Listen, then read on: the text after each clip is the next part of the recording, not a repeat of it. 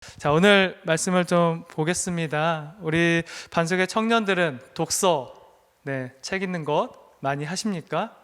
우리 독서를 좋아하는 청년들이 반석에 많이 있는 걸로 알고 있는데, 저도 이렇게 목회를 하다 보니까 자연스럽게 신학 서적이나 신앙 서적들을 많이 읽게 됩니다. 그렇게 주로 그 신학 서적들을 많이 읽는데요.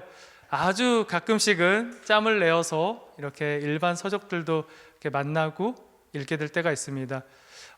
최근에 만났던 책들 중에서 조금 기억을 더듬어 보면 2016년도에 나왔던 이기주 작가가 쓴 언어의 온도라는 책이 처음부터 끝까지 참 책을 한 장 한 장 넘기는 게 아까울 정도로 참 귀하고 따뜻하고 행복한 그런 책이었는데요.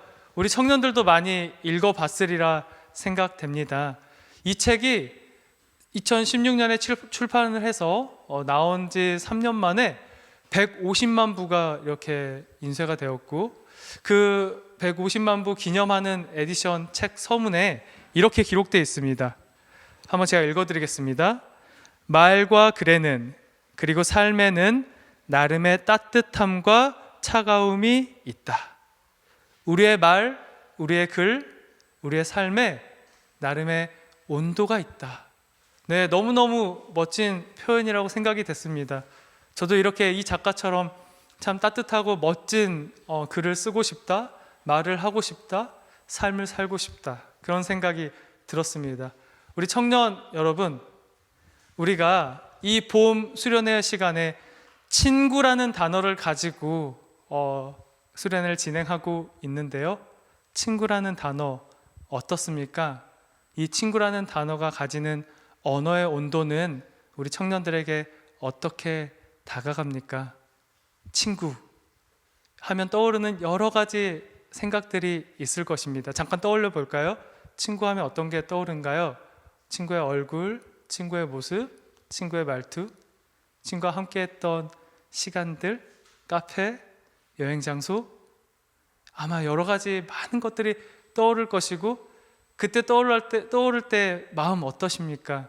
참 따뜻하고 행복하죠. 많이 싸웠다고요? 싸우고 같이 울고 또 뜨겁게 회복하는 시간들도 있으셨죠. 그렇게 제가 느끼는 바로 이 친구라는 단어는 참 따뜻하고 때론 뜨거운, 내 삶을 함께 나누고 내가 정말 사랑할 수 있을 만한 존재, 우리는 그 단어를 친구라고 부르죠. 자, 그런데 이 친구라는 단어, 오늘 이 제가 읽은 말씀 속에서도 있는데요. 이 친구라는 단어가 도저히 어울릴 것 같지 않은 단어와 섞여 있습니다. 자, 우리가 대부분 친구를 사귈 때 어떻게 사귀죠? 같은 학년, 같은 반 그렇게 만나서 같은 관심사, 축구를 좋아한다거나 독서를 좋아한다거나 음악을 좋아한다거나 노래방을 같이 간다거나 그렇게 공통된 사건들, 환경들 속에서 자연스럽게 우리가 친구가 되어가는 것이죠. 그런데 나와 너무 다르고 나와 너무 맞지 않는 그런 사람들과 사귀는 것이 쉽습니까? 어렵습니다. 우리는 좀 더 편하고 잘 다가가고 마음을 여는 그런 사람들과 친구가 되기 쉽지, 나랑 잘 맞지 않고 다른 환경, 나는 너무 잘 사는데 너무 가난한 친구 만나는 거 쉽지 않습니다. 난 너무 똑똑한데 난 너무 좀 대화가 잘 안 통하는 친구 사귀기 쉽지 않아요.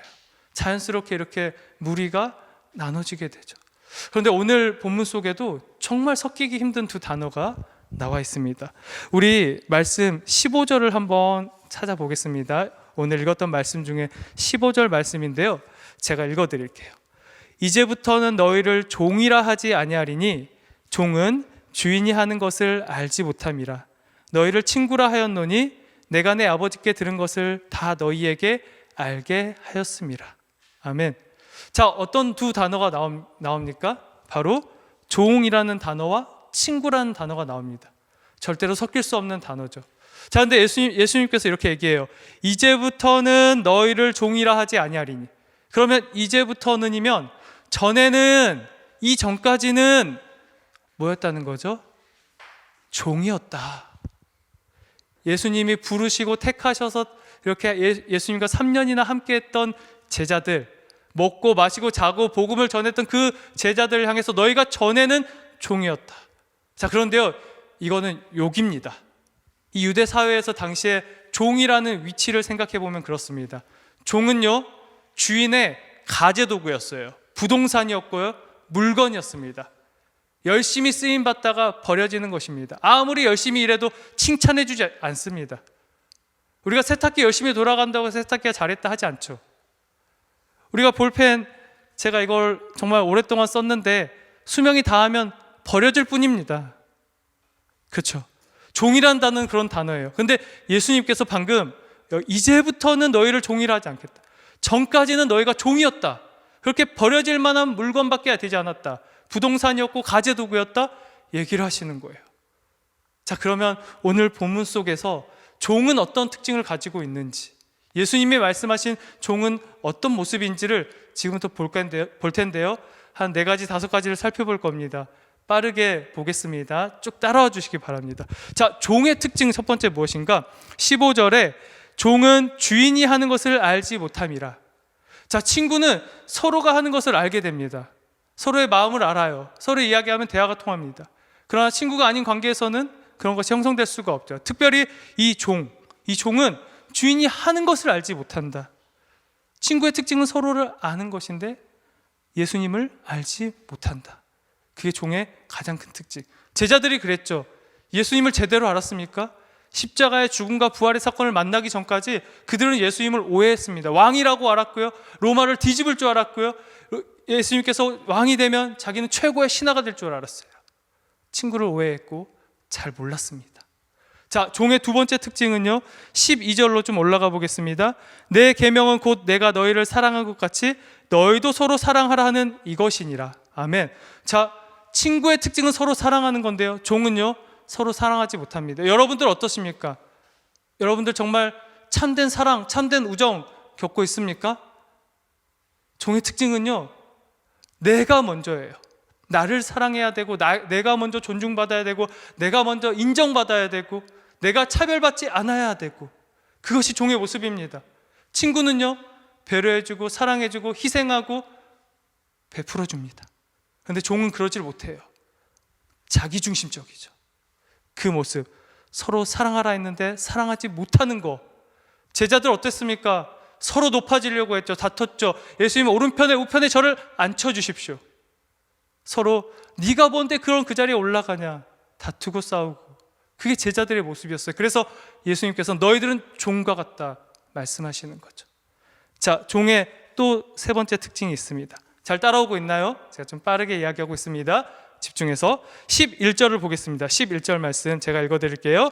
내가 이것을 너희에게 이름은 내 기쁨이 너희 안에 있어 너희 기쁨을 충만하게 하려 함이라. 아멘.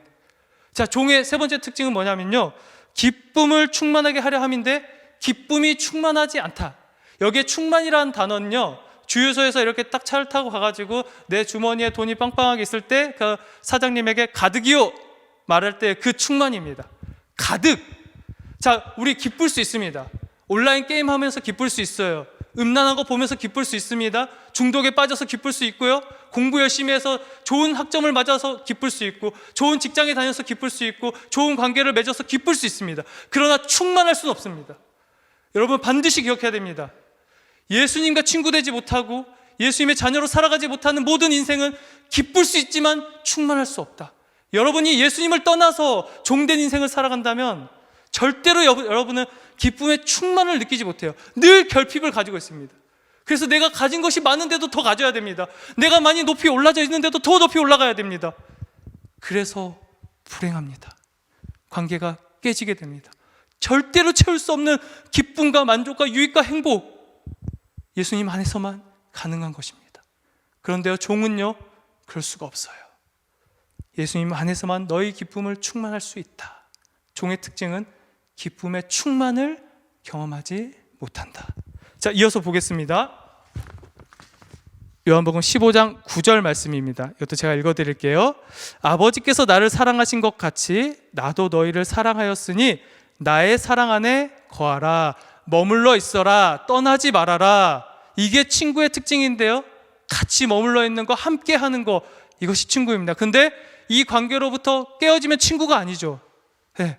하나님을 떠나 있는 거예요. 여러분, 하나님을 떠나 있는 것이 종의 모습입니다. 하나님을 떠나 있는 거. 여러분 어떻습니까? 지금 온라인 예배를 드리면서도 그 마음의 중심에 하나님과 함께 하고 있습니까? 예배를 드리는 예배자의 태도, 마음이 어떻습니까? 한번 드려볼까? 안 드려도, 이번 주 안 드려도 괜찮아. 이 코로나 시기를 겪으면서 얼마나 이 땅의 사람들, 그리스도인들의 예배가 무너졌는지, 바로 이 모습, 머물러 있지 못하는 겁니다. 하나님 앞에 떠나 있는 모습, 종과 같은 모습입니다. 자, 이것은 반드시 마지막 이 문장과 연결되어 있습니다. 우리 이 마지막 말씀 구절을 집중해 보셔야 됩니다. 히브리서 2장 15절 말씀입니다. 우리 청년들 잠깐 영상을 멈추고 히브리서 2장 15절 말씀을 찾으셔도 좋습니다. 제가 읽어드리겠습니다. 또 죽기를 무서워함으로 한평생 매어 종 노릇하는 모든 자들을 놓아주려 하심이라.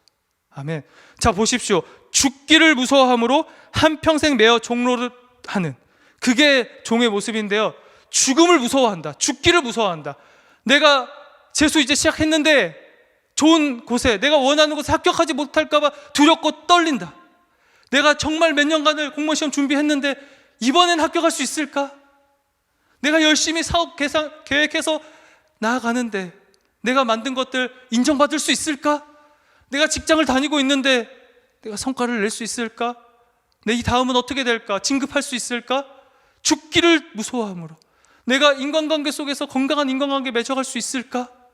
여러분, 죽기를 무서워함으로 한평생 매어 종노릇한다. 하나님을 떠나 있는 것에 대해서는 두려워하지 않으면서, 하나님을 예배하는 것을 실패하는 것에 대해서는 아무 감정이 없으면서 메말라 버렸으면서, 이 땅에서 내가 좀 더 얻지 못해서, 좀 더 누리지 못해서, 우리 청년들 두렵죠? 인정받지 못하는 학교에 가는 거, 인정받지 못한 직장을 가는 거, 불안한 거. 여러분, 저도 많이 알고 있습니다. 설문조사 하는데 수많은 제목들이 어떻게 살아요? 목사님, 저 어떻게 살아요? 이 삶 속에서 죽을 것만 같아요. 그쵸? 종의 모습, 우리가 매여 있는 것입니다. 여러분, 어떻게 살 수 있습니까? 하나님을 떠나지 않을 때, 하나님과 친구 될 때만이 우리는 이 죽음 같은 세상에서 하나님의 자녀로 온전한 기쁨과 행복과 감사를 누리며 살아갈 수 있는 것입니다. 이어서 보겠습니다. 예수님께서 지금 제자들에게 너무나도 강렬한 욕설을 날리신 거예요. 너희들 전에는 이랬다. 서로 싸우고 다투고 나를 제대로 알지 못해서 내가 십자가로 가는 길을 방해하고 너희들이 그랬다. 그러나 이제는 내가 너희들을 종이라 부르지 않는다. 이제는 내가 너희를 친구라 부른다. 그런 이 이제는이 언제입니까? 자, 오늘 요한복음 15장 말씀은요, 언제 선포한 말씀이냐면요, 예수님께서 십자가에 올라가시고 죽으시고 부활하신 후에 너희들은 이제 친구다 하신 게 아닙니다. 이것은요 13장을 봐야 되는데요, 유월절 전에, 십자가의 길로 올라가시기 전에 그 예수님을 제대로 알지 못하는 종과 같은, 예수님을 곧 팔아넘길 제자, 예수님을 곧 저주하고 부인하고 내가 예수님을 모른다고 맹세할 그 제자, 엠마오 길로 슬프고 좌절하고 낭망한 마음으로 돌아갈 제자, 예수님이 십자가에 올라갔을 때 외롭게 내버려준 채 자기 목숨 살겠다고 도망가 버린 제자, 그거를 예수님께서 다 알고 있으면서 그 제자들을 향해서 이제는 너희를 종이라 하지 않는다. 너무 이상하지 않습니까? 왜 그렇게 자기를 다 버릴 떠날 그 제자들을 향해서 친구라고 부르시는 겁니까? 여러분, 예수님은요, 우리가요 예배 무너질지 알고 계십니다. 우리가요 예수님 떠나게 될지 알고 있어요. 이 삶의 처절한 자리에서 예수님을 오해하게 될지 이미 알고 있습니다. 그럼에도 불구하고 예수님은요 우리 반석의 청년들을 부르고 계십니다. 너희들을 친구라고 말하고 계십니다. 예수님을 외면하고 예배에 무감각해지고 세상의 것들에 매여서 죽기까지 세상의 것들을 붙잡고 살아가는 우리를 알고 계시니까 친구인 거예요. 우리의 연약함을 다 알고 계시니까, 우리가 얼마나 음란한지 죄의 유혹을 견디지 못하는지를 알고 계시니까 예수님은 우리의 친구인 것입니다. 죽을 수밖에 없는 우리를 대신해서 예수님께서 지금 이 제자들에게 너희를 친구라 부르신 이후에 어떤 길을 걸어가십니까? 십자가의 길. 우리를 대신해서 우리에게 영원한 생명을 주시기 위해, 우리를 진짜 친구로 만들어 주시기 위해 홀로 외롭게 쓸쓸히 십자가의 길을 걸어가셨습니다. 예수님은 어떤 분이십니까? 나의 모든 연약함과 죄악을 담당하시고, 우리가 다시 예수님 안에서 예수님을 알고 사귀고 기뻐하고 행복해하고 죽음 같은 이 세상에 예수 그리스도의 생명을 심으라고 우리를 친구라고 부르셨습니다. 여러분, 그 예수님께서 우리에게 영원한 생명을 심어주시면서 어떤 메시지를 주셨습니까? 우리 마지막 말씀입니다. 12절 말씀을 다시 한번 집중해서 같이 읽겠습니다. 시작. 내 계명은 곧 내가 너희를 사랑한 것 같이 너희도 서로 사랑하라 하는 이것이니라.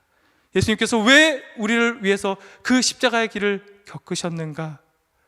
내 계명은 곧 내가 너희를 사랑한 것 같이 너희도 서로 사랑하라. 예수님께서 바로 이것을 위해서 우리를 친구 삼아 주셨습니다. 여러분을 친구로 부르셨습니다. 이제 우리 반석의 모든 청년 여러분, 예수님께로 나아오기를 원합니다. 예배의 자리로 나아오기를 원합니다. 생명 있는 자리로 나아오기를 원합니다. 바로 그곳에서 예수님과 깊은 사귐을 해나가고 서로 사랑하는 반석의 청년 공동체 될 수 있기를 간절히 소망합니다.